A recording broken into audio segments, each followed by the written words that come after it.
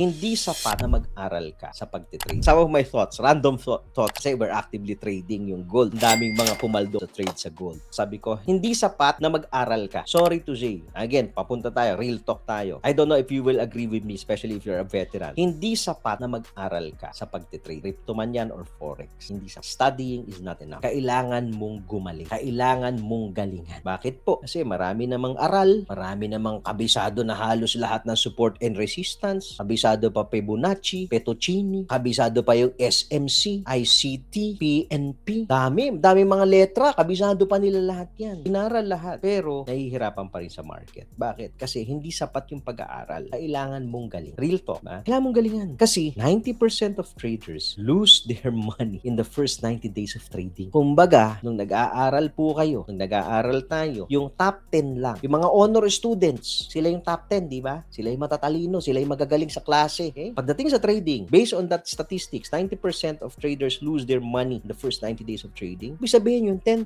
yung top 10 lang ang tumatagal. So kung wala ka dun sa top 10 na yun, hindi mo gagalingan. Kahit aral na aral ka, pasado ka pre! Pasang awa, nakasabit kahit puro palakol. Sa school pwede yun eh. Puro palakol, okay. Pero sa trading, hindi pwede. Hindi ka pwede pasang awa. So kailangan mong galingan. That's my encouragement and challenge to all. Let us all belong to the top 10%.